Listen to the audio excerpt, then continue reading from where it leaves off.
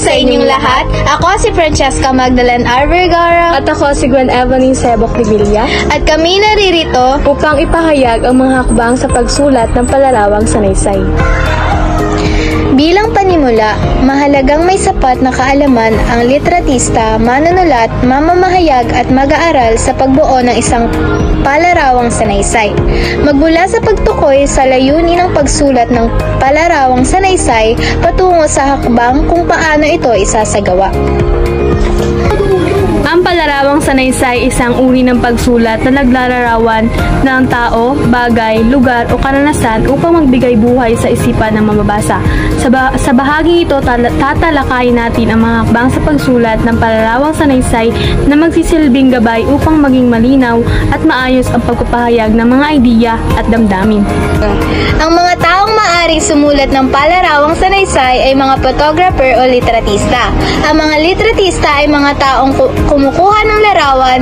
Ang kanilang nakukuhang larawan ay madalas nilang ipaskil sa kanilang mga social media o blog site sa layuning maipakita ang sining ng mambabakas sa sila ay mas makilala pa. Pangalawa ay manunulat at mamamahayag.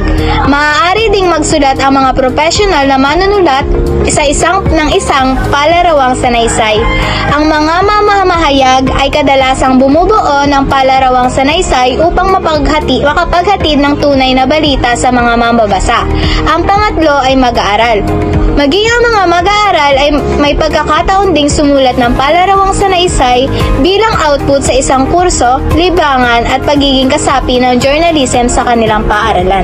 Ngayon ay aking tatalakayin ang mga hakbang sa pagsulat ng palarawang sanaysay. Una, ang pasalaysay. Sa pamamaraang ito, ang focus ng manunulat ay ang pagsasalaysay ng isang kwento o karanasan gamit ang mga larawan at teksto. Karaniwan, may isang pangyayari o sitwasyon na nagsisilbing sentro ng sanaysay at mula rito ay iniisa-isa ng manunulat ang mga detalye. Nagsisimula ito sa pagsasaliksik ng isang kwentong maaaring ilarawan. Pagkatapos, binibigyang pansin ang sunod-sunod na pagkakaayos ng mga larawan at ang kaukulang paliwanag o teksto. Mahalaga ring pumili ng mga larawang malinaw na tumutukoy sa nilalaman ng sanaysay para hindi maligaw ang mambabasa. Pangalawa, ayon sa tema. Ang pamamaraang ito ay nakabatay naman sa piling paksa o tema. Hindi ito laging nakaangkala sa isang particular na pangyayari, kundi sa isang mas malawak na issue o konsepto na nais bigyan diin ng manunulat. Magsisimula ito sa pagpili ng paksa na interesante at may kabuluhan, gaya ng tungkol sa kalikasan, edukasyon, kabataan o anumang napapanahong issue. Kasunod nito ang pagsasaliksik ng impormasyon tungkol sa tema upang mapalawak ang paliwanag. Magsusulat ng sanaysay gamit ang iba't ibang paraan ng pagpapahayag. Halimbawa, paglalarawan ng kalikasan, paghahambing ng nakaraan at kasalukuyan o pagbibigay ng sariling pananaw. Narito ang pangkalahatang hakbang sa pagsulat ng palarawang sanaysay. Una, unawain ang layunin at kahalagahan ng gawain. Mahalaga munang malinaw sa manunulat kung bakit niya ginagawa ang sanaysay. Kapag alam ang layunin, mas madaling makapokus at makasigurong magiging kapakipakinabang ang sulatin. Pangalawa, maghanap ng paksa na ayon sa iyong interes at sa kalakaran o trend.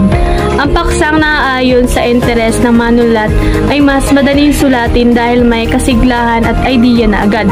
Kapag trending o napapanahon din ng paksa, mas makakakuha ito ng atensyon ng mga mambabasa. Pangatlo, magsagawa ng pananaliksik hinggil sa paksang napili. Hindi sapat ang sariling kaalaman lamang. Kailangan maghanap ng dagdag na impormasyon para mas maging malawak, totoo at maaasahan ang sanaysay. Pang-apat, lumikha ng listahan ng mga larawang nais gamitin sa sanaysay. Ang mga larawan ay mahalagang bahagi ng palarawang sanaysay. Sa pamamagitan ng listahan, masisiguro na ang mga ilalagay ay may kalidad at talagang akma sa paksa. Panglima, gamitin ang damdaming nakapaloob sa larawan.